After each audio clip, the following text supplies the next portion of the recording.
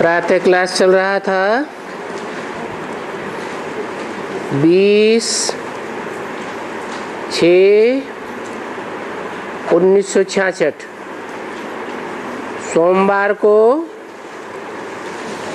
7वें page के मध्य में बात चल रही थी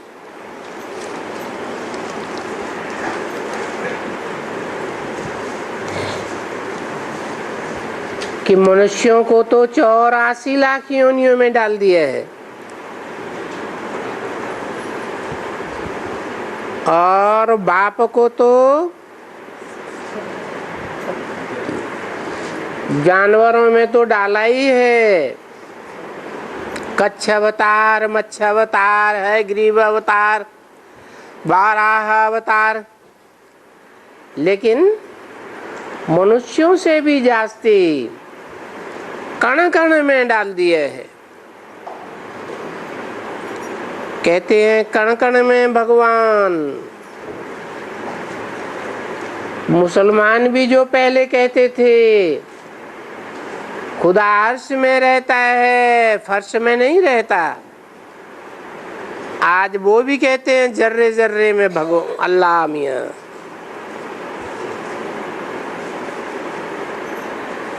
तो देखो भगवान के तो अनलिमिटेड जन्म, तुम्हारी लिमिट हो गई पुनर्जन्म लेने की 84 जन्म।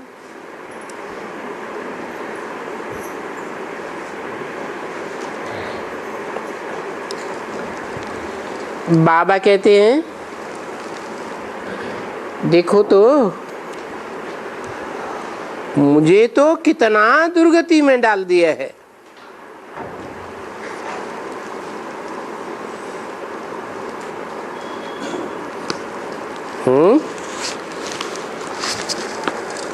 क्या मतलब हुआ? इस बात की शूटिंग कहाँ होती है? संगम युग में होती है। तो बड़ी जल्दी कह दिया। कैसे होती है?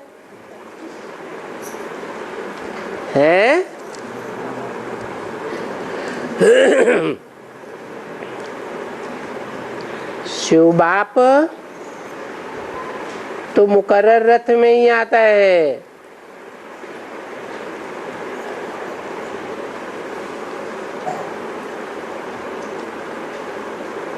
अन्य बच्चों में भी सेवा करने के लिए आता है,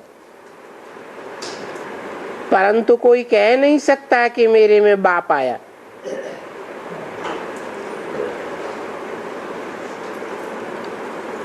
लेकिन जिस मुकर्रर रथ में आता है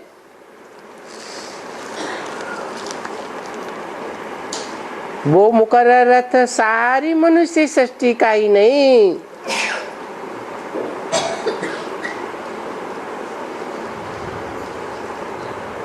जीव जंतुओं में भी जो पंचतंतु हैं, जिसे जीवात्मा कहा जाता है,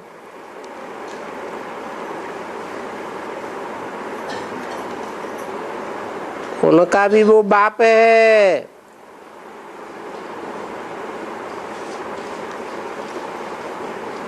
इसलिए गीता में कहा है मेरे से ही सत्व रज तम प्रकट होते हैं। नहीं तो शिव बाप तो सत्व ही है या रजोतमो है।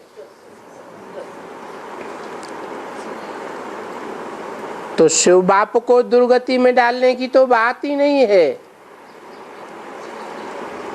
जो मनुष्य सृष्टि का बाप है प्रजापिता, तुम उस बात को अभी समझते हो कि उसको सबसे जास्ती दुर्गति में डाल दिए।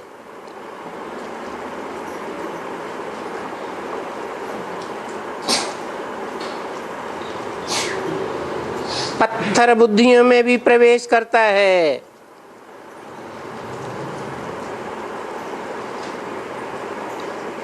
मिट्टी के ढेले की तरह माया की ठोकर लगने पर बिखर जाने वालों में भी प्रवेश करता है।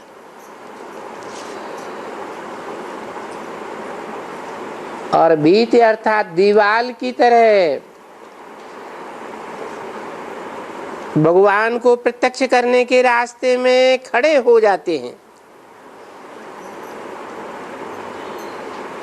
सत्य को प्रत्यक्ष करने के लिए अड़ जाते हैं,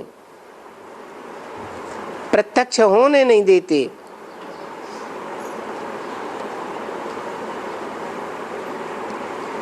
उनमें भी वो प्रवेश करता है।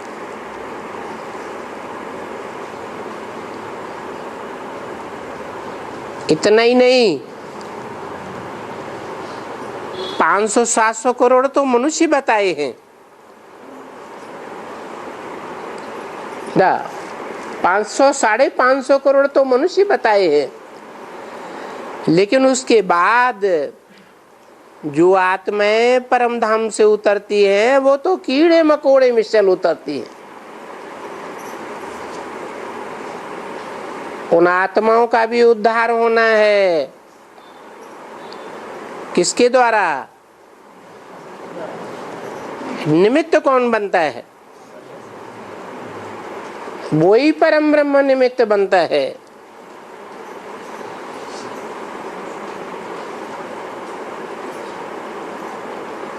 प्रवेश करता है। कण कण जैसा पार्ट बजाने वाली तुच्छ आत्माओं में भी प्रवेश करता है। अभी तुम तो समझ गए हो कि शिव बाबा कितना मीठा है। जो तुम बच्चों को स्वर्ग का मालिक बनाए रहे हैं,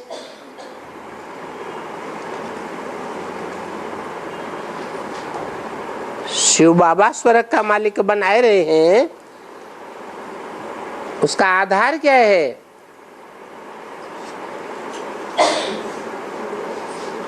कि शिव बाबा ही है जो सदैव स्वस्थिति में रहने वाला है। बाकी मनुष्यों में जो हीरो पार्टधारी है, प्रजापिता,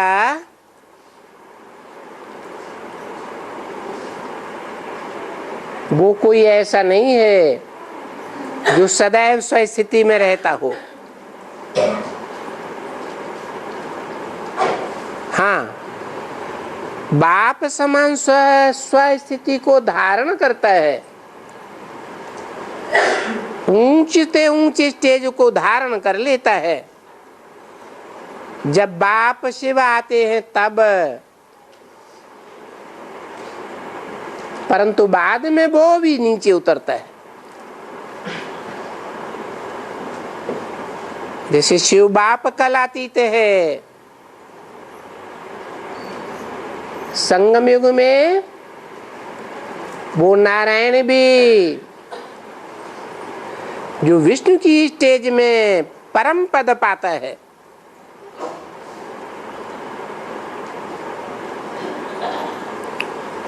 जिसको गीता में कहा है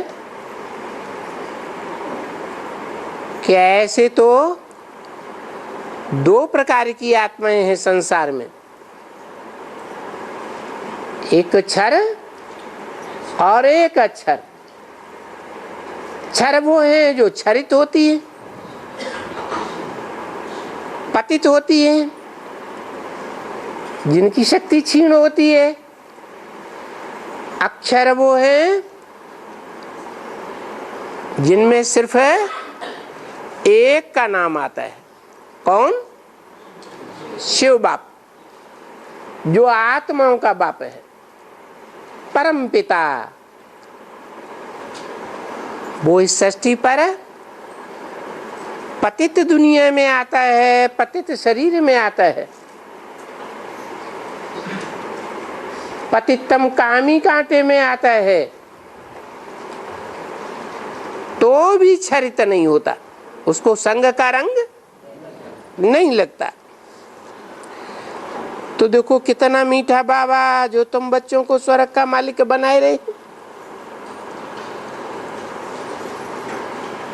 माने बाबा स्वर्ग का मालिक बनाते हैं, लेकिन मनुष्यों में कोई ऐसा मनुष्य नहीं है, कोई मनुष्य आत्मा ऐसी नहीं है जो स्वर्ग का मालिक बनाए, स्वर्ग स्थापन करे। ऐसे नहीं कि इब्राहिम, बुद्ध, क्राइस्ट ही महान आत्माएं, महान धर्म पिताएं हैं।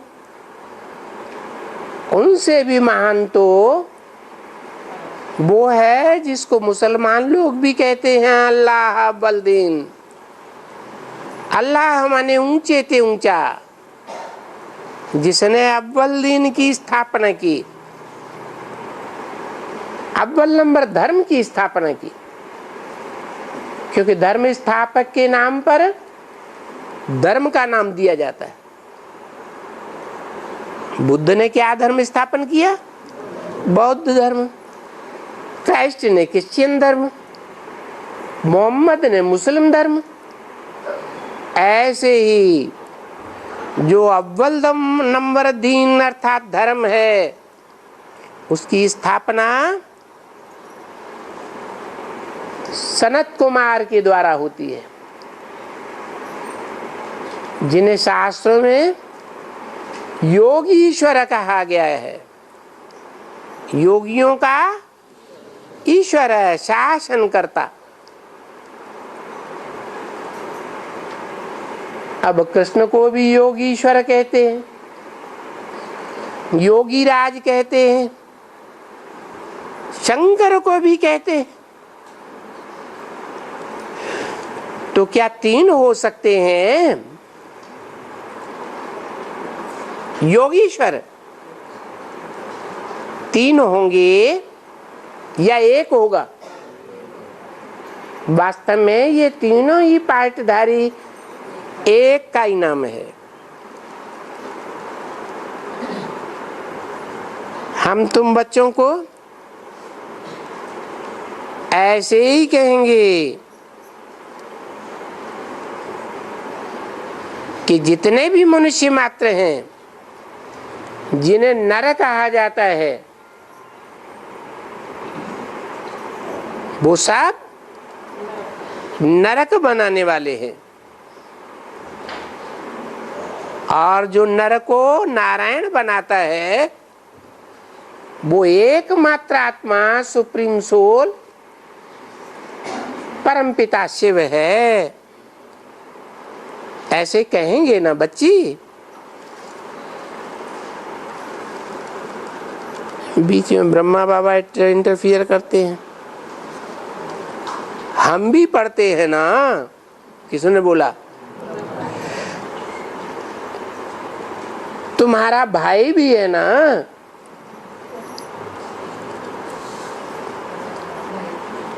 कौन?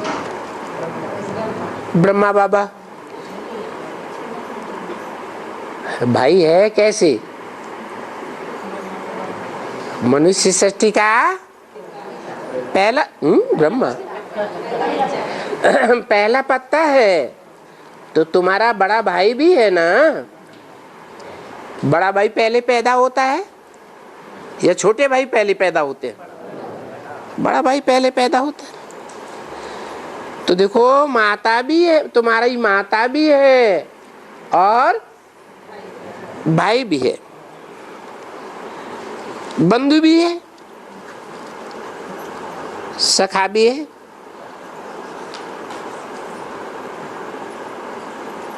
खेलते हैं तुम्हारे साथ स्टूडेंट लाइफ में। कौन? ब्रह्मा बाबा है ना? बरोबर। अब ये है ना तुम्हारे साथ? कौन है? ब्रह्मा बाबा। तो इनमें तो बाबा है, इनमें क्यों कहा है? मुकर्रर रथ और टेम्परेरी रथ की बात बताई। इनमें तो बाबा है,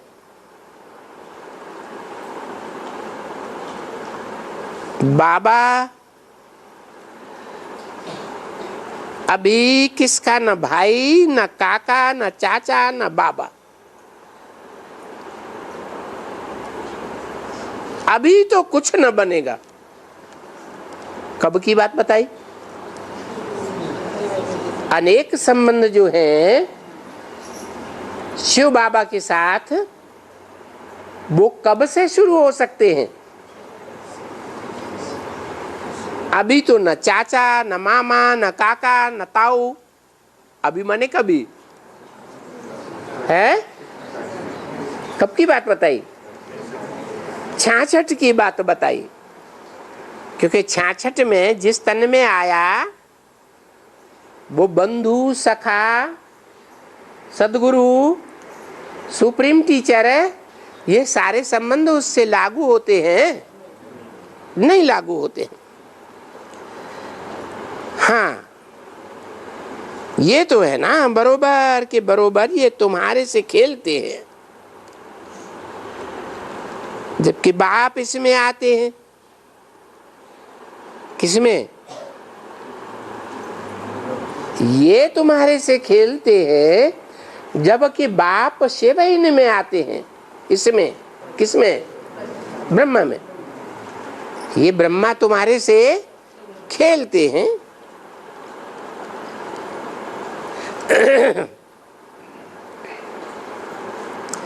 तुम समझते हो बाबा भी हमारे से खेलते हैं, समझे ना? खेल करते हैं। बाबा कहते हैं आओ हम तुमको खिलावे, तो इनके द्वारा ये देखो बाबा बैठ करके खिलाते भी हैं, हाथ से खिलाते हैं।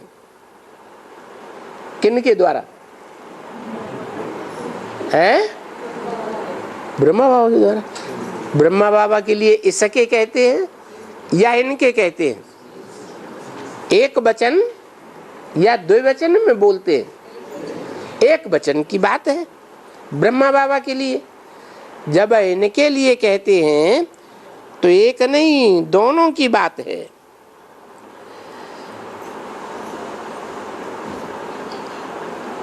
हाथ से खिलाते हैं दोनों, क्योंकि इनमें आत्मा का ज्ञान है ना। आत्मा ही भाषण लेती है ना, अच्छे बुरे की भाषण लेती है। आत्मा कहती है ये चीज छी है, ये मीठा है, ये कड़वा है, ये गंध है। अभी मालूम पड़े कि हम पतित थे। जब हम पतित थे तो गंध करते थे। अरे रे हम क्या करते थे? हम शरीर को एक दो को पतित बनाते थे। ऐसा आत्मा भी कहेगी ना, हम शरीरों को पतित बनाते थे। अभी हम शरीरों को देखो, याद करो, अभी हम सभी आत्माएं अपने शरीरों को श्रीमत पर पारस बनाते हैं। हम पवित्र बन करके, सतो प्रधान बन करके सतो प्रधान शरीर लेंगे। अभी ये आत्मा कहती है ना, आत्मा पढ़ती है। तुम भी जानते हो बरोबर, परमात्मा हमको पढ़ाते। सन्मुख देख लो,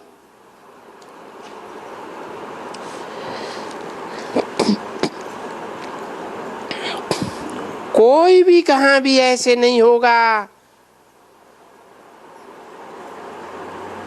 कि कहे हम परमात्मा तुमको सन्मुख पढ़ाते हैं।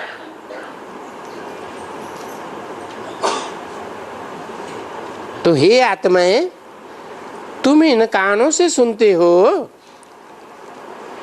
बाबा कहते हैं, क्या कहते हैं, तुमने 84 जन्म लिया है, अभी तुमको पवित्र बनना है। अभी माने कभी है, संगम युग में अभी तुमको पवित्र बनना है।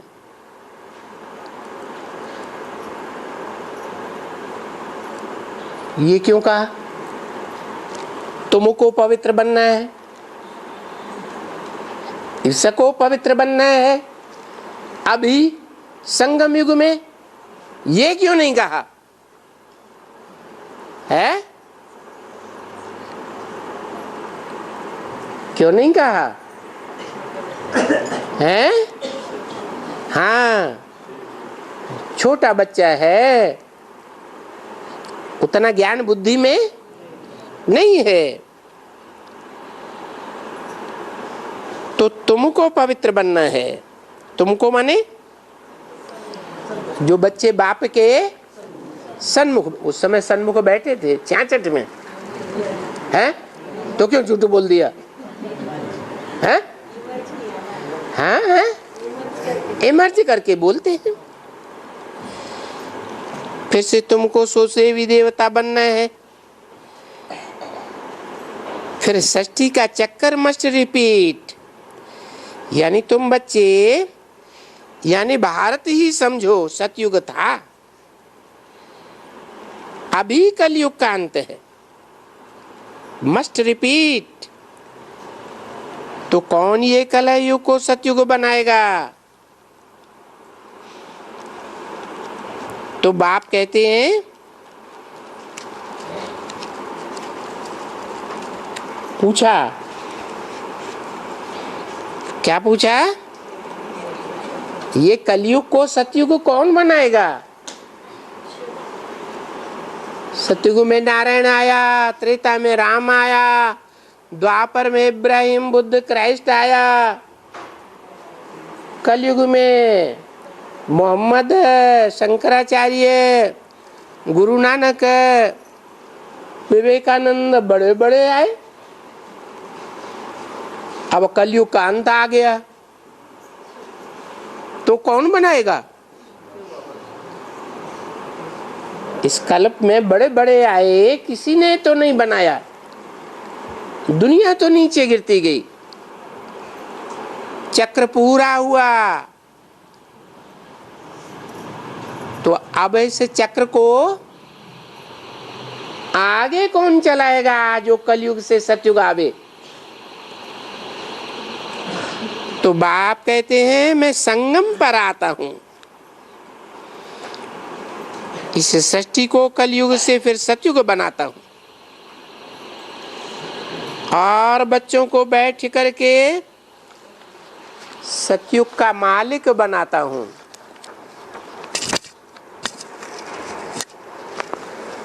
क्यों कहा बैठ करके मालिक बनाता हूं? खड़े होके क्यों नहीं है? है? क्यों कहा? अरे कोई तन में बैठेंगे तभी तो सुनाएंगे ज्ञान, है? ब्रह्मा के तन में बैठे तो ज्ञान सुनाया, दूसरी मूर्ति के तन में बैठते हैं तो ज्ञान को समझाया टीचर बन करके। और ब्रह्मा सो क्या बनता है? विष्णु। ब्रह्मा अनेकों के नाम है, नंबर 12 ब्रह्मा है। तो फिर जो विष्णु बनता है, जिसको 4 भुजाएं दिखाई हैं सहयोगी रूपी, और उन भुजाओं को चलाने वाला भी कोई होगा। तो ये जो भी भुजाएं हैं और चलाने वाला है, वो चैतन्य होगा या जड़ होगा? भुजाओं की तरह चैतन्य होंगे। तो देखो, तुमको बैठ करके शिक्षा देता हूं।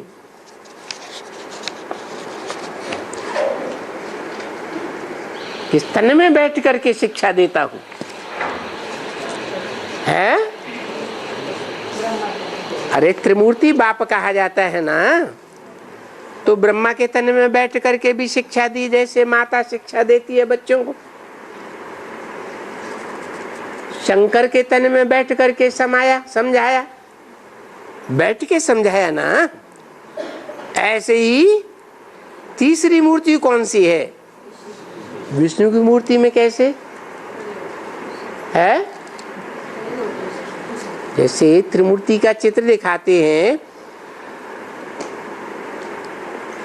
तो 3 धागे दिखाते हैं। ब्रह्मा और शंकर के ऊपर तो स्पष्ट धागे हैं, लेकिन विष्णु के ऊपर धागा देखने में नहीं आता है। क्यों देखने में नहीं आता है? हैं? उनमें नहीं आते? आते हैं या नहीं? हैं? नहीं आते? अच्छा, नहीं आते तो फिर विष्णु कहो या वैष्णव देवी कहो, वो प्रैक्टिकल पार्ट बजा के कैसे दिखाते हैं? प्रैक्टिकल पार्ट बजाते या नहीं बजाते?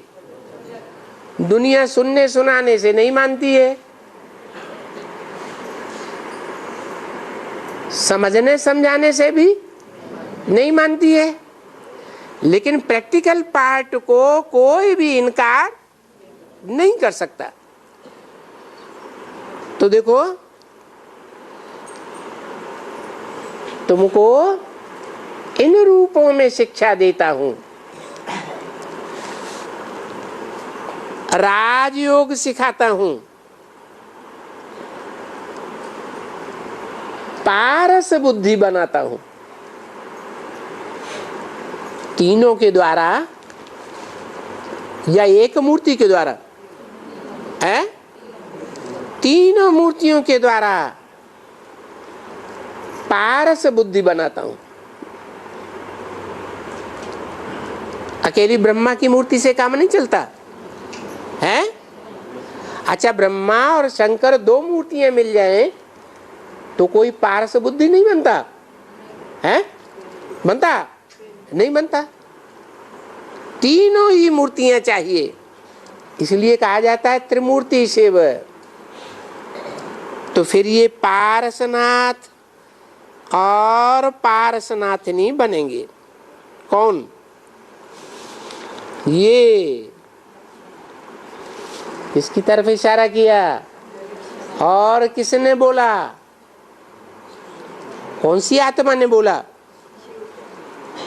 है कि ये पारसनाथ और पारसनाथनी बनेंगे? कौन?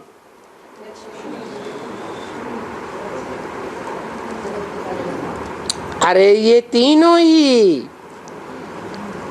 क्या? चाहे प्रैक्टिकल पार्ट बजाने वाली आत्मा हो, निमित्त बने, चाहे समझने समझाने वाली आत्मा निमित्त बने, चाहे सुनने सुनाने वाली आत्मा निमित्त बने, तीनों ही जब मिलकर के एक हो जाते हैं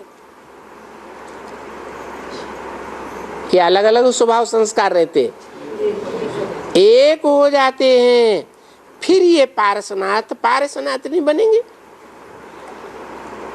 ठीक है ना बच्चे? पारस बुद्धि, ये क्या है? ठीक है ना बच्चे? पारस बुद्धि किसको कहा है? अरे ये किसको कहा पारस बुद्धि?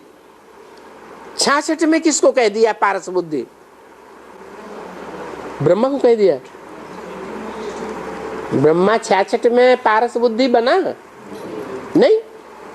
उनकी बुद्धि में ये बात, मूल बात ज्ञान की नहीं बैठी कि गीता का भगवान कृष्ण नहीं है, कृष्ण की आत्मा नहीं है, गीता का भगवान शिव है। तो ठीक है ना बच्चे, पारस बुद्धि। ये पारस बुद्धि किसको कहा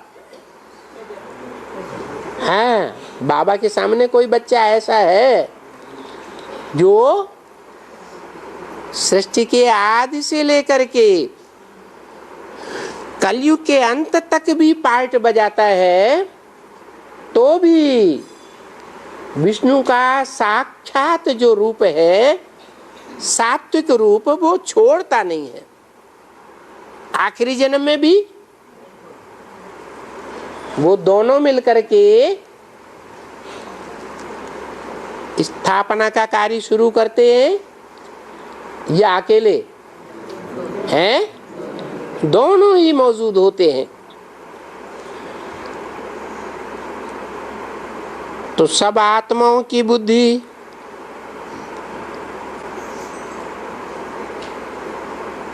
को पारस बुद्धि बना देते। फिर कहा जाता है पारसनाथ, पारसनाथ नहीं। किसके नाथ? जो भी पारस बुद्धि बनते हैं उनके नाथ। नाथ माने हैं नाथने वाले, पारस नाथने। पारस बुद्धि राजा की, पारस बुद्धि रानी की, तथा यथा राजा तथा प्रजा की भी पारस बुद्धि। तो ऐसी कौन सी प्रजा होती है? जन्म तो 84 गाए हुए हैं। कौन से जन्म की प्रजा होती है जो पारस बुद्धि होती है? हैं? स्वर्गीय स्वर्णिम संगम युग में जो प्रजा होती है वो पारस बुद्धि होती है। माना जो पहली डायनेस्टी है उसकी प्रजा की भी एक खसूसियत है कि बुद्धि पारस होती है। पारस माने, पारस क्या करता है? पारस पत्थर के लिए गायन है क्या? जिसको छू दिया जाए तो लोहा भी सोना बन जाता है। ये कहाँ की बात है? संगम युग में इन 4.5 लाख कहो, 9 लाख आत्माएं कहो, 4.5 लाख प्रवेश करने वाली और 4.5 लाख जिनमें प्रवेश होता है, वो संगम युग में सर्विस करती है या नहीं करती है? हैं? सारे संसार की सर्विस करती है या सिर्फ अपनी ही, अपने परिवार की सर्विस करती है? सूर्यवंश की हैं? सारे संसार की सर्विस करती है। सभी आत्माओं को पतित से पावन बनाने में सहयोग देती है।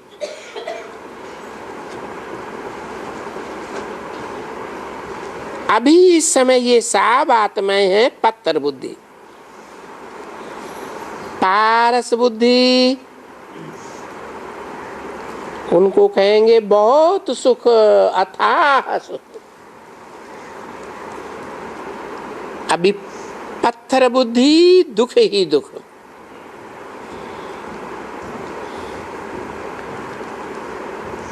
ये इसको ज्ञान को न जानने के कारण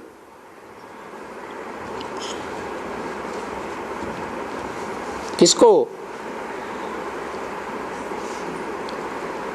ये इसको ज्ञान को न जानने के कारण जो साहूकार हैं वो समझते हैं हम सुखी हैं। इसको माने इस ज्ञान को, किस ज्ञान को? कि कलयुग में होते हैं सब पत्थर बुद्धि, दुखी ही दुख, और सतयुग में होते हैं सब अथाह सुख पाने वाले। इस बात को जो पत्थर बुद्धि आज की दुनिया में नहीं समझते हैं, जो बहुत साहूकार हैं, वो क्या समझते हैं कि हम कहाँ बैठे हैं? हम स्वर्ग में बैठे हैं, हम बहुत सुखी हैं। हमारे पोत्रे, परपोत्रे, तरपोत्रे ये सभी खाएंगे। इतना हमने साहूकार बन करके धन कमा लिया है, इतना हम धन इकट्ठा करते हैं। शास्त्रों में ऐसे पत्थर बुद्धि का नाम क्या दिया है? खासकर महाभारत में धृतराष्ट्र नाम दिया है। तो समझो आज की बाहर की दुनिया में धृतराष्ट्र कौन होगा? है? अरे कोई सबसे बड़ा साहूकार होगा इंडिया का? इंडिया की बात हो रही है, होगा कि नहीं? वो क्या समझता होगा? हम स्वर्ग में बैठे, हम बहुत सुखी हैं और हमारे पोत्रे तरपोत्रे इस धन को खाते रहेंगे। इतना धन हमने इकट्ठा कर लिया। अभी तुम समझो, ये तो जानते हो इतना धन जिनके पास पदमा पदम, वो उनको खाना तो कुछ भी नहीं होता है, कुछ भी नहीं ले पाते। ये बोलते हैं, समझते हैं कि पोत्रे तरपोत्रे परपोत्रे ये हमारे साहब खाएंगे, इसलिए हम इकट्ठा करते और बड़ा वो रहते हैं ठाठ बाट से। अभी तो बेचारे जानते ही नहीं है कि पोत्रे पोत्रे अभी जो भी जन्म लेंगे, अभी तो बाकी कितना समय है, थोड़ा समय है विनाश के लिए। जो भी जन्म लेंगे वो बड़े ही नहीं होंगे। क्या? जो भी जन्म लेंगे वो बड़े ही नहीं होंगे। खाएंगे क्या और क्या वर्षा पाएंगे बाप से?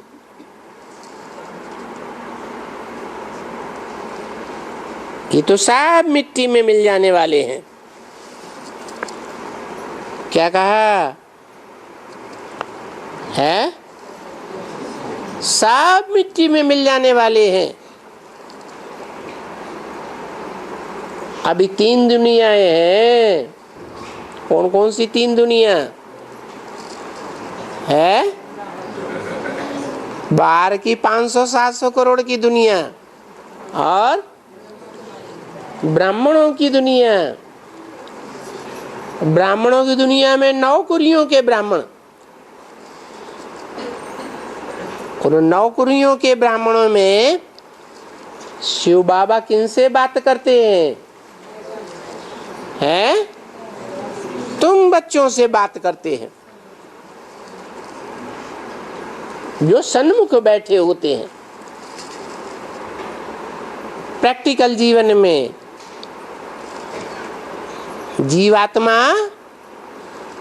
जीवात्मा बाप से बात करती है। तो बोला कि तुम्हारी बुद्धि में है ये जो इस दुनिया के साहूकार हैं, चाहे 500-700 करोड़ की दुनिया के साहूकार और चाहे ब्राह्मणों की दुनिया के साहूकार। ब्राह्मणों की दुनिया में साहूकार हैं या नहीं है? है। वो सब मिट्टी में मिल जाने वाले हैं। अभी पिछाड़ी में तो इतना नहीं है बच्चे। बाबा ने समझाया है कि बहुत मेहनत लगती है।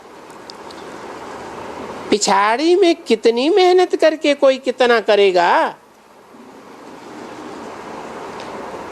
कब की पिछाड़ी की बात बताई है? पिछाड़ी माने कब? पिछाड़ी की पिछाड़ी है अरे कौन से समय की बात बताई पिछाड़ी में हैं? 2018 के बाद। अरे 2018 के बाद तो वो 8 ही निकलेंगे जो तो गरीब है, फिर तो और नंबरवार निकलेंगे। वो अंत है। 2018 के बाद भले ब्रह्मा की बुद्धि में बैठेगा, जो चंद्रवंशियों का बाप है उसकी बुद्धि में तो बात बैठेगी। तो क्या बात बैठते ही पुरुषार्थ पूरा हो जाता है? टाइम नहीं लगता? लगता है। तो कितना टाइम बताया और है? 2028 तक का टाइम बताया है। राजा संपन्न बनेगा तो प्रजा भी यथा राजा तथा प्रजा है। सेकंड में जीवन मुक्ति बोला है। हाँ जी, उनको मुक्त आत्मा नहीं बनना है? बनना है कि नहीं बनना है?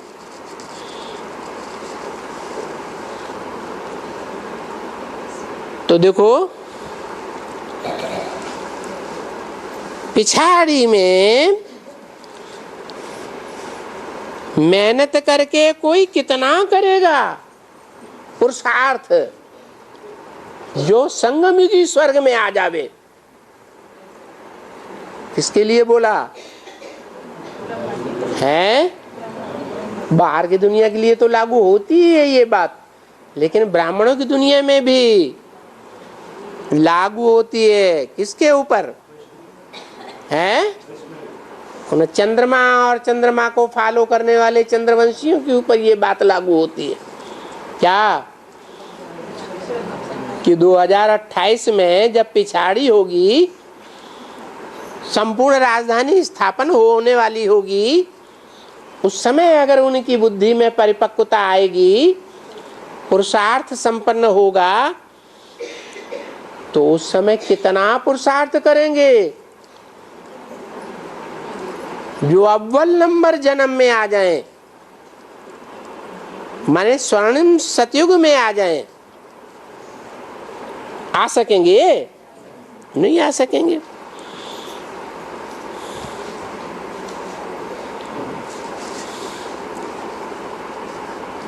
एक तो बड़ा हाई होगा,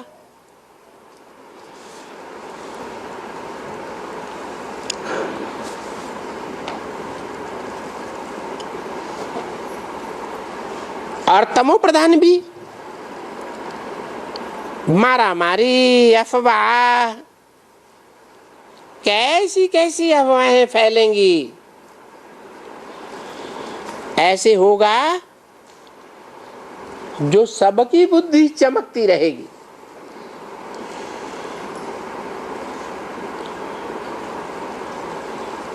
ऐसे समय में, अंतिम समय में, वो आत्माएं क्या योग में रह सकेंगी?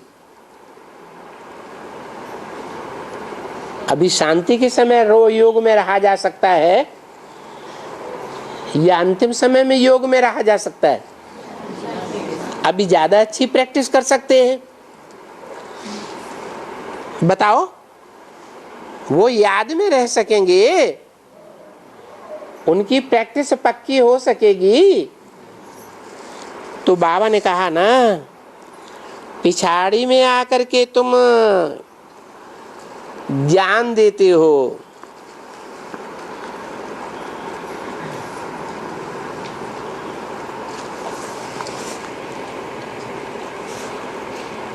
जनक को पिछाड़ी में आकर के ज्ञान मिला ना। जनक कौन था? हैं? अरे जनक कौन था शास्त्रों में? सीता का बाप। ब्राह्मणों की दुनिया में सीता का बाप कौन है? हैं? अरे कोई सीता का बाप है या नहीं है? ब्रह्मा बाबा।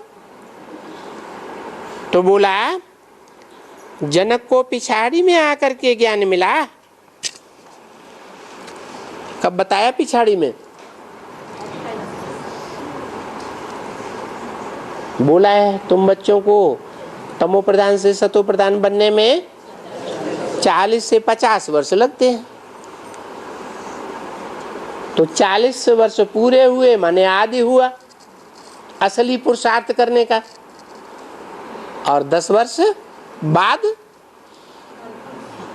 हैं 50 पूरे होंगे तो अंत हो जाएगा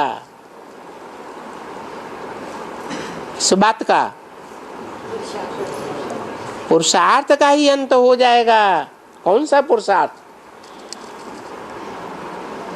कि संगम युग में भगवान बाप से वर्षा ले सके,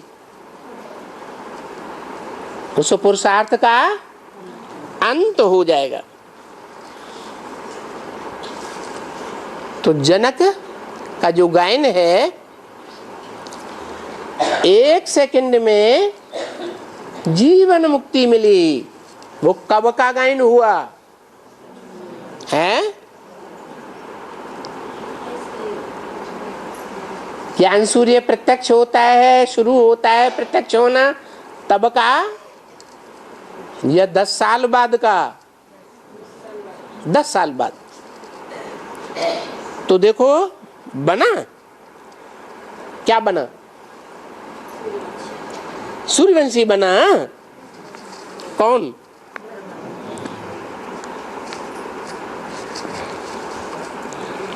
फिर भी वो लोग कहते हैं कि बरोबर राजा 1 सेकंड में जीवन मुक्ति पाई।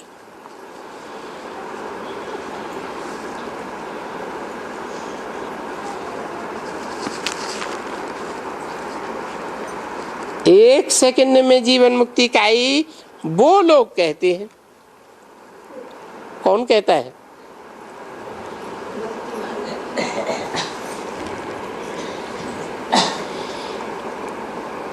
राजा जनक ने 1 सेकंड में जीवन मुक्ति पाई। तो वो कौन सा जनक राजा?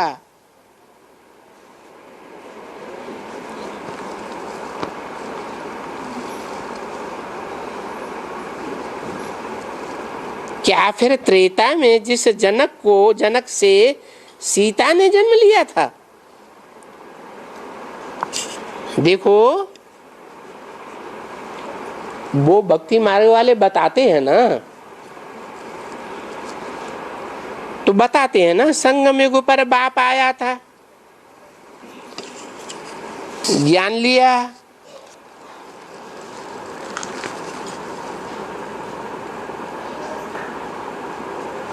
किसकी बात हो रही है? जनक की बात हो रही है। संगम युग पर बाप आया था। कब आया था? एक्यूरेट संगम कब कहें? 100 साल तो बहुत लंबा कर दिया है। 76 में बाप आया, जीवन मुक्ति दे दी जनक को। वाह भाई, कब आया? जो जनक को 1 सेकंड में जीवन मुक्ति मिली 2018 में आया। तो प्रत्यक्ष तो होगा, लेकिन जनक के सामने प्रत्यक्ष नहीं होगा।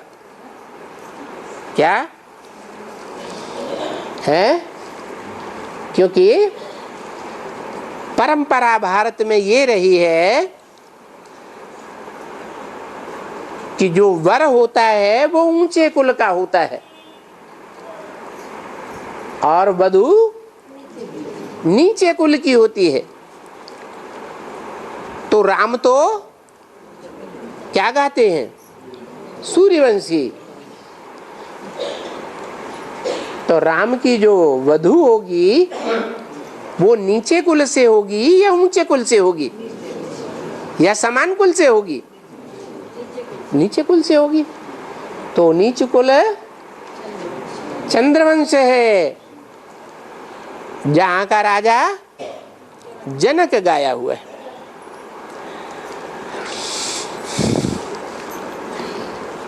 तो बताते हैं संगम युग पर बाप आया था, ज्ञान लिया।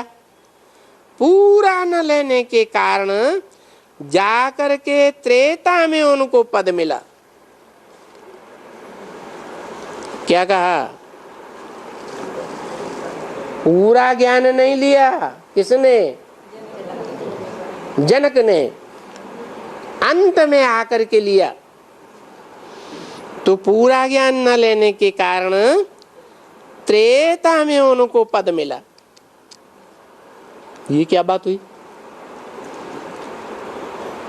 है? त्रेता में पद मिला किसको? है जनक को। कितने जन्म होते हैं जनक के त्रेता में? 13 जन्म होते हैं। तो कहां से गिनेंगे?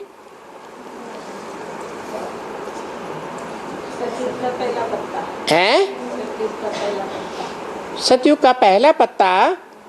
त्रेता में जाकर के सतयुग में जो पहला पद होता है, वो पहला पद लेने वाला त्रेता में जाकर के पहला राजा बनेगा। मना राम नहीं बनेगा। अरे राम भी बनेगा, जनक भी बनेगा, दोनों कैसे बनेंगे? हैं? अरे वो तो सतयुग से भी पहले जन्म में बन गया, नर से नारायण।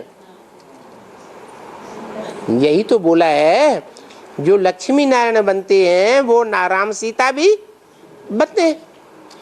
तो जिस नंबर के लक्ष्मी नारायण बनेंगे उसी नंबर के राम सीता बनते हैं। तो पहले नंबर का लक्ष्मी नारायण कौन?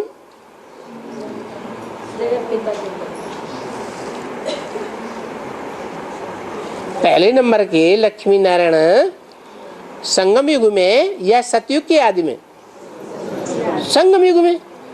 तो वो जैसे ही सतयुग का 8वां जन्म पूरा होना होता है तो क्या होता है उस समय? है राम वाली आत्मा इतना उस नारायण को कर्जा देती है, उस नारायण का मर्तबा उपाधि खलास हो जाती है और राम वाली आत्मा राम राज्य शुरू कर देती है। तो नई सृष्टि के आदि में भी राम राजा, सतयुग में पहला राजा कौन है? राम राजा। त्रेता में भी पहला राजा राम राजा। किसको राज्य देता है? वहां किसको राज्य दिया था आदि में, सृष्टि के आदि में? हैं? वही आत्मा सीता के बाप को, वही आत्मा फिर त्रेता में राम राज्य लेती है। किससे लेती है? राम से राज्य लेती है। उस आत्मा ने सतयुग में किससे राज्य लिया था? है राम से ही राज्य लिया था। निमित्त मात्र कौन बना राज्य देने वाला? निमित्त माने साकार। तो सृष्टि के आदि में भी राम राज्य और त्रेता के आदि में भी राम राज्य।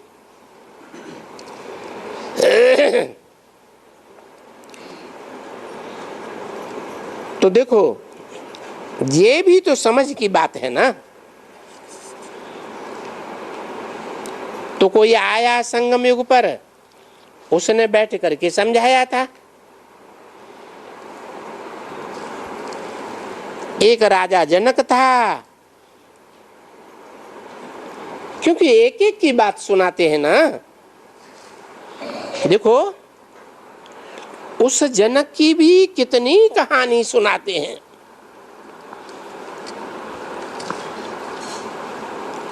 तो कितनी गीताएं बन गई।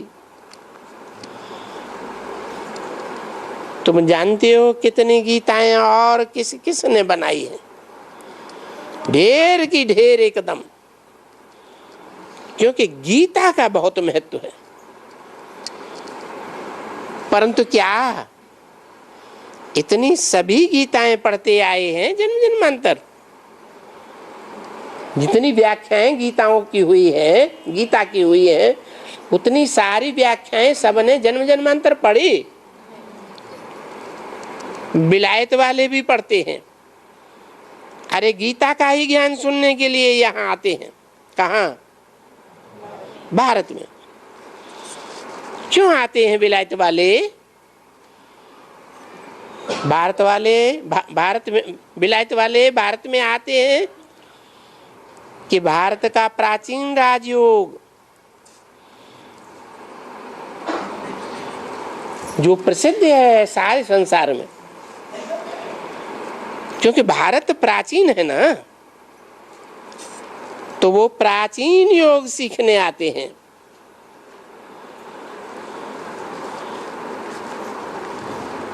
और योग सीखने के लिए क्या चाहिए है? अरे पत्नी पति से योग लगाती है, पुत्र पति पिता से योग लगाता है। चलो, पुत्र पहले छोटा बच्चा होता है, मां की गोद में पलने वाला होता है।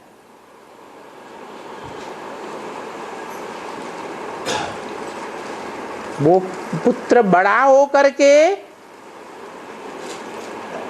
मां से योग लगाता है या बाप से योग लगाता है? और बड़ा कब कहा जाता है?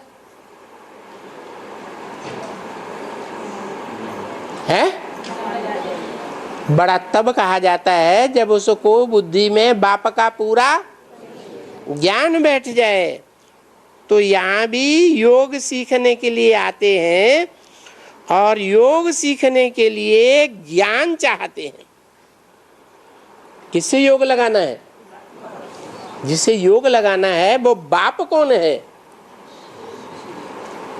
ये ज्ञान चाहते हैं कि वो योग क्या था, उस योग का हमको ज्ञान सुनाओ। देखो, डब्बे में ठीकरी एकदम,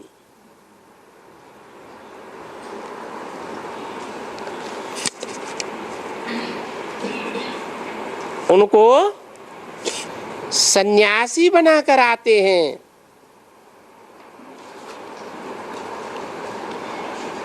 कौन? जो विलायत वाले आते हैं, यहां आकर के सीखते हैं, तो किससे सीखते हैं? सन्यासियों से सीखते हैं। तो एकदम सन्यासी बनाकर आते हैं। वो समझते हैं यही है सन्यासी। सन्यास तो इन्होंने किया है। और तो सभी कुटुंबी हैं। जो गृहस्थी है उनको तो समझते हैं ये तो गृहस्थी है, ये तो ज्ञान सुनाई नहीं सकते कुटुंबी। इसलिए वो विलायत वाले बेचारे सन्यासियों के पास आते हैं।